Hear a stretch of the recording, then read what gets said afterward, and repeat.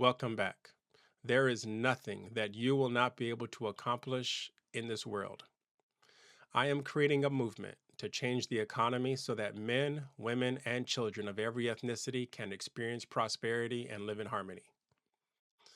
Today, we're going to be talking about the immigration crisis in our country. If you've turned on the news, you will notice that there's a lot of people talking about it. On one side of the equation, there are folks who have immigrated to our country, some legally and some illegally. And on the other side, there are folks who have volunteered to serve in our government to enforce the immigration policies that this current administration has created. But if we take a step back and we really consider the heart of the issue, there is a question that I cannot avoid. And that question is who should stay in our country, who should be considered an immigrant, and who should leave. Now, a lot of people will say that this is simply a matter of law and order. If you break the law during your immigration to our country, then that means that you get sent back home. There's other folks who will say, no, this is a issue of racism or some sort of bias because they're only targeting folks that look a certain way, that have a certain ethnicity or present a certain way, whether it's the way they speak, what language they use, the way their face is shaped, their skin complexion. Folks are saying that people are being targeted just based on how they look. And so actual US citizens are being caught up in the raid. Then on the other side of the equation, there are folks that say, the folks that are serving in ICE, there's good people out there who are really trying to do a good job. And they're not prejudiced, they're not trying to discriminate, but with the with the tools that they have, they're trying to do the best that they can to enforce the immigration laws when they get the orders to enforce immigration laws in whatever city they're going to. And then there are people who will say, the people in the government, the people who are serving in ICE, all of them are bad. There's some bad apples in there who are using this opportunity to terrorize people who would ultimately be law-abiding citizens. So this immigration matter, I'm sure it's been talked about for as long as I've lived. So for at least a couple of decades, it has always been an issue in our country. It's just the nature of being a United States citizen. This country, when it was founded, our country, my country, when it was founded by men who, in all honesty, thought they were creating an experiment. Because the United States of America, it wasn't founded based on some ethnicity or some bond to some race or some bond to some religion. The foundation of the United States of America isn't an ethnicity. Let me give you an example. If you go to the United Kingdom, if you go to England, you're going to see a predominance of English men and women. If you go to France, you'll see the predominance of French men and women. Any country that you go to in the world, when it was founded based on a collection of people who happen to belong to the same ethnicity. And so they shared the same culture, they did business together, they created economies of scale together, and they're essentially able to form these city states and eventually countries and nations just based on their ethnic demographics. Um, but in the United States of America, and one of the reasons why this was so unique, even after colonization and the Declaration of Independence and everything that our country has gone through, the thing that makes us unique is at the basis, at the foundation of our country, there's not one bond based on one ethnicity or one religion. Um, the thing that keeps us together, the thing that keeps the United States together, a lot of people don't talk about, and it's core to our identity. Um, there are some people out there who will say, I'm not sure what it means to be an American. I'm not sure what it means to be a United States citizen. Doesn't mean that I have legal status. Doesn't mean that I was born a certain place. Doesn't mean that I took a certain oath. Like, what does it actually mean to be an American?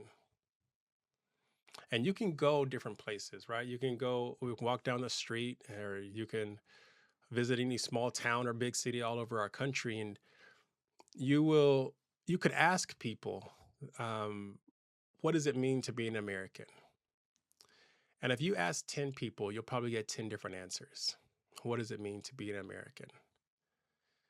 I believe that our identity and the thing that holds us together as a country has been weakened so much that the average person walking down the street, the average person who is immigrating to our country, or the average person that is serving in the government does not have a clear understanding of what it means to be an American and why the United States of America is unique. And that's very unfortunate. When you don't know your identity, you do, you it's you're unable to create strong bonds in your community. And when you don't have strong bonds in your community and you don't really have a strong identity, you're left with anxiety, depression, um, and all sorts of like mental issues and mental diseases that you would not normally have if you had strong core values and you had a strong identity and you had a strong community. Yeah. Anywhere I look, um, across the news that is currently reported, whether it's crime or whether it's advances or updates in the business world or politics or whatever news you look at, there is an element of identity that is missing. A lot of the news articles that we see or that um, I see them as symptoms or signs that there are problems related to the fact that we don't have a strong national identity. Um, how does that how does that reflect in our personal lives, right? It's if you personally don't have a strong sense of identity, it's you can find yourself with a low self-esteem. And if you have a low self-esteem, then you're more likely to um, engage in behaviors that don't make you more productive and don't allow you to reach your full potential. And if you can't reach your full potential, then you're unable to live your dreams, and that builds resentment, and eventually it leads to despair. When you think about our teams, and our companies, if our teams and our companies don't have a strong sense of identity, then we're not going to be able to be as effective as we can be. Um, and if we're not as effective as we can be, then we're not going to be able to create the profits that we need to be able to create in order to survive even the most challenging financial times. As a country, if our country doesn't have a strong sense of identity, then we're not going to be as strong as a country. Our industries will not be as strong. Our administration will not be as strong. There's going to be a disconnect between the folks that are governed and the people who are doing the governing. And that disconnect relates itself, or it shows itself in these things that we have with the immigration system, or the things that we have with the fact that there's a lot of people able out there to vote, but we're not voting for some reason in our own best interests. Like, we don't have health care that is guaranteed for all people, even though it's in our national interest to make sure we provide high quality health care so that our population and the workers can be more productive.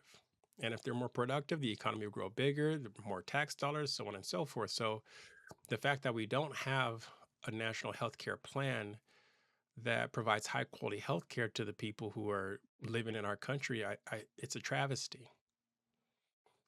There's so many things that I can go into um, that indicate that we have an identity crisis, because as individuals, as teams, as companies, as industries, as a country, we don't have a strong sense of identity. And I'll correct that.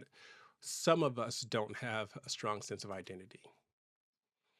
And so it takes me back to the same question. It's okay, what does it mean to be an American? Because if you are an American, you should, if you live in America, your primary identity should be that of a United States of America citizen. Like I was saying before, if you lived in England, your primary identity would probably be that you're an Englishman, and that implies that you have a certain ethnicity. If you live in China, your primary identity would be that something that comes from China, and that would be your primary identity, and it relates to your ethnicity. But in America, you can call yourself an American, but it doesn't necessarily mean that you belong to a certain ethnicity. So I'm going to give you my answer, and I've been thinking about this for a very long time of what it means to be an American. And this is very special because I believe that this explains why people who were enslaved at some point in their life decided to fight on the side of the folks that lived in the colonies that against the English during the War of Independence. Not sure why that's so hard to come out, but I also believe that what I'm about to tell you is going to explain why folks who were formerly enslaved fought on both sides of the Civil War. How you could set your mind up to say, you know what, if I fight on the side of the South, then I'm going to be better off. And I also can see why folks would say, if I fight on the side of the North, I'm going to be better off. And it all relates into my definition of what it means to be an American. Being an American, your identity does not come from something that you had no control over. There are some people who will say, no, being an American means that I was born somewhere. And because I was born somewhere, that makes me an American. And that might make you an American citizen, but in my opinion, that has nothing to do with your identity as an American. There are some folks who were born in America, but they don't act like Americans. They're selfish, they're greedy, they don't believe in the Constitution. They have no characteristics and they have no demonstrated behavior of someone who is an American, in my opinion. There are also folks who were not born in the United States of America, right? They're people who are born, let's say, in India, and because they were born in India and because of the things that they think and the things that they believe and the things that they're willing to work for and sacrifice and fight for, they could migrate to our country and become an American. Without further ado, I'll share it with you like this. Being an American is something that you choose. It's something that you believe. It's something that you work for. It's something that you are willing to sacrifice for. It's something that you're willing to fight for. And the thing that makes us Americans is the fact that we believe in freedom. We're willing to work for freedom. Above all else, we're willing to sacrifice for freedom. And we are willing to fight, if necessary, for freedom. Now, there are some people out there who will say, you know what, I don't fight for freedom all the time. Sometimes I'll fight for my ethnicity or I'll fight for my race. But if you fight for freedom and your fight for freedom comes before your fight for a particular ethnicity or race or religion, then you have the ingredients to be an American. Because Americans value freedom above everything else. We are willing to sacrifice our comfort. We're willing to sacrifice inconvenience. We're willing to sacrifice our peace to allow someone to exercise their freedom of speech because we love freedom that much that we're willing to listen to someone say something that is incendiary. We were willing to listen to someone to say something that is offensive. because we believe in freedom and we understand that they're exercising their freedom.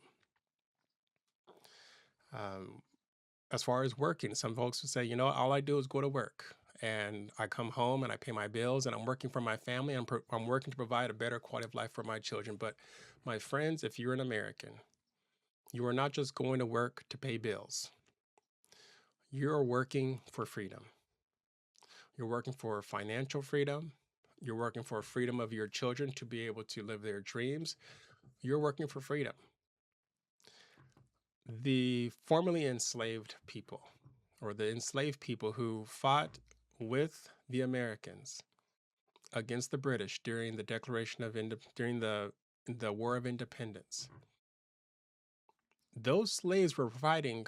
Those slaves were fighting for freedom, and the slaves that fought along the English against the Americans at the time, those slaves, the reason why they were motivated to fight was because they were promised freedom. The Americans who declared independence from the English, the folks that were not enslaved, they were fighting for freedom, economic freedom. Uh, they were fighting for freedom of assembly. They were fighting for a lot of freedoms. In the Civil War, the slaves that fought on the side of the North, obviously, they were fighting for freedom. And I would even argue that the folks that fought on the side of the South, they also put it in their mind to fight alongside the people who had enslaved them, thinking that if their master was free, then their children, maybe they're not going to be free, but their children and their children's children would be free if they served their masters correctly. Obviously, we know that what happened and how disenfranchised they were, but I said that to say even the examples that you can pick or you can select through our history where people's rights were taken away and they weren't able to enjoy freedoms that everyone else in society was able to enjoy. Even those people who had every reason to be disenfranchised, generation after generation raised their hand to fight for freedom. Um, I believe that's one of the reasons why our country won World War One, World War Two, and has had successes, military successes and economic successes, because the folks that have migrated to our country throughout our history have all been working for freedom. They've all been sacrificing for freedom. And when it was time, they all decided to fight for freedom. Just the idea of being an immigrant, and I'll take this back to the immigration debate.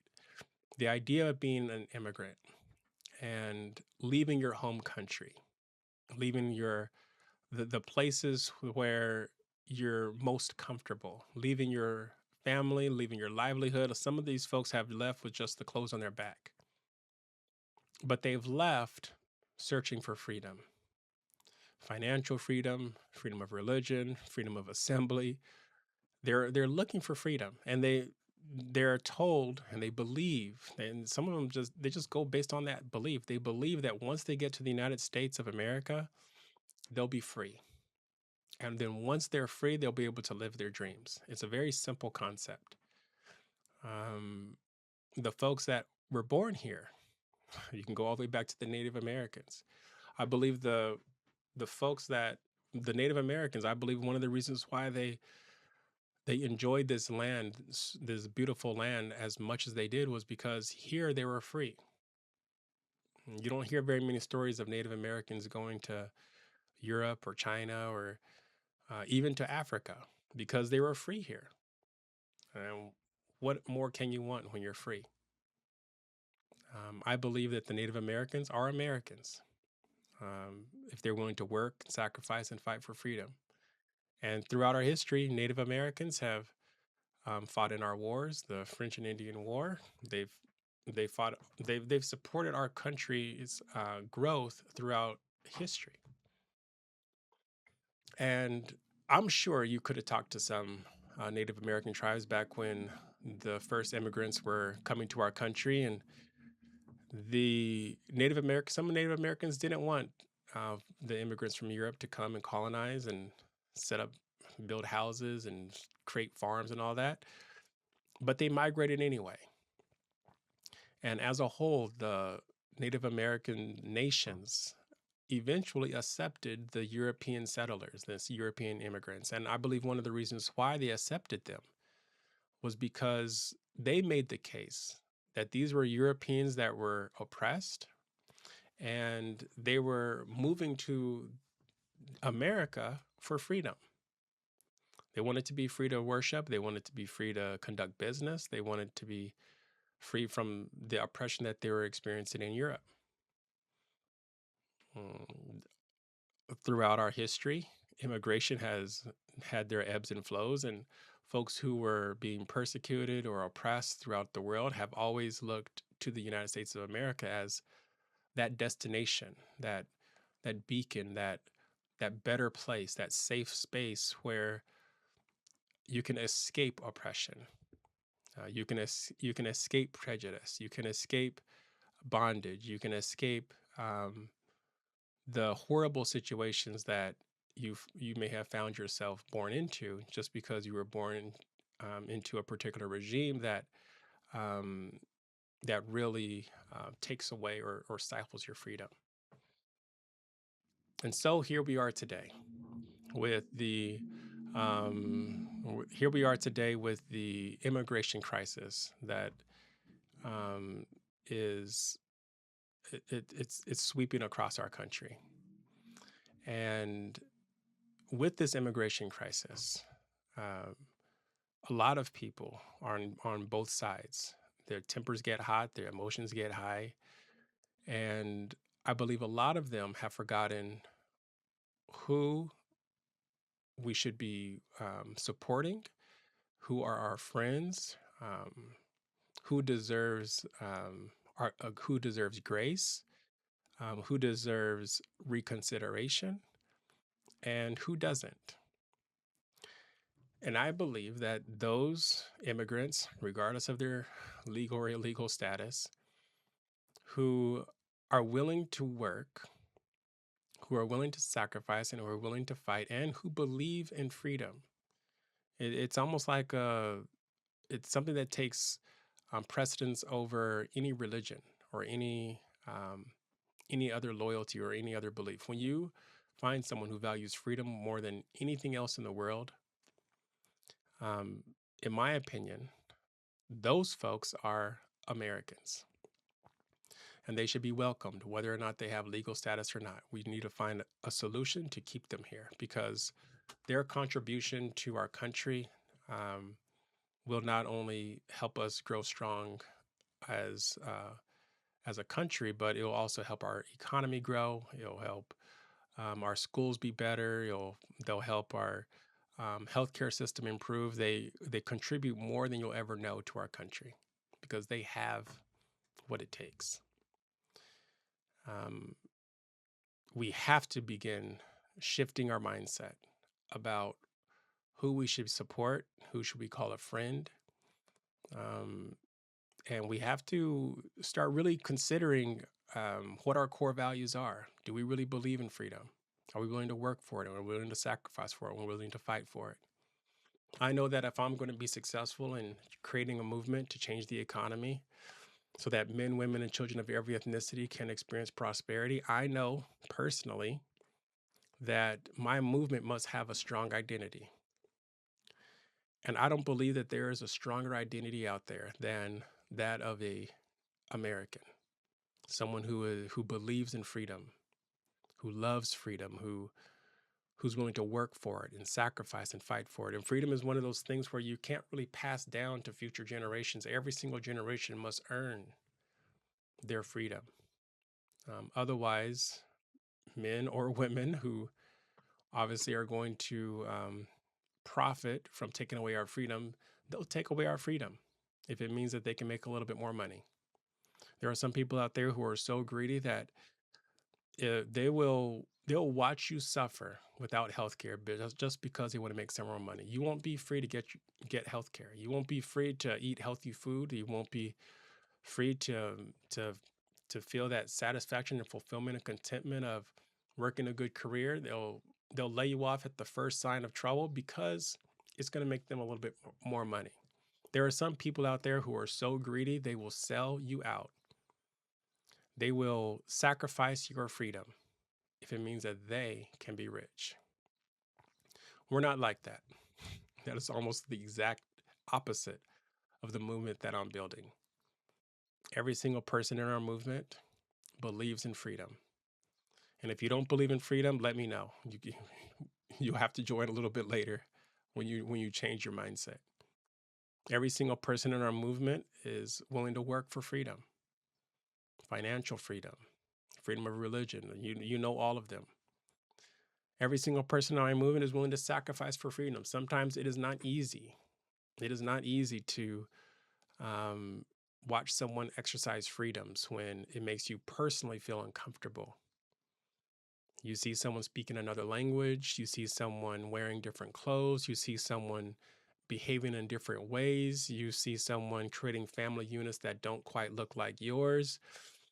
It's not easy to put up your prejudice. It's not easy to expand your mind. It's not easy to open yourself up to other people's cultures. That's not easy, but it's something that we must be willing to do. And if it takes sacrifice, we must sacrifice. It's something that we must do in order to make our country strong and make our movement successful. Because it's about freedom. It's about someone else, your brother, your sister, your fellow citizen, your neighbor, your classmate, your coworker. It's about them exercising their freedom. Because if they can exercise their freedom, then when it is your time to exercise your freedom, it'll be available to you. Every single person in our movement is willing to fight for freedom. It's not easy going against people who oppose us day after day. I see we're a relatively small channel, so we fight for all the views, we fight for all the engagement, we fight for all the subscribers, and it's not easy going against these much larger channels and trying to secure more and more and greater market share. But it's something that I'm willing to do because I know at the end of it, not only will I experience and enjoy more freedom, but the people who support me and the people who subscribe, they'll also be able to experience the freedom that they have been searching for. I have met people, and we're talking about financial and economic freedom. I have met people in my city, in Los Angeles, California, who have not worked a day in their life, and they've just inherited all their wealth, and that's one life experience. But I've also met people who have worked their entire life, and they're going to have to work their entire life and save as much as they can just so that their children or their great grandchildren or their great grandchildren or great great great grandchildren will have an opportunity to earn freedom. And we're talking about like financial freedom and financial independence. And it's not easy. The system, our economy is not set up for people to join the middle class, and it's also not set up for the quality of life of people who are in the middle class to succeed. And these are all things that I'm going to change by creating a movement. I understand that we're going to have to win every single election in every state. We're going to have to do a landslide election. I understand we're going to have to find high quality candidates from all different backgrounds and all different demographics, and we're going to have to be united based on what we believe, what we're willing to work for, what we're willing to sacrifice for, and what we're willing to fight for. It's going to take a strong leader.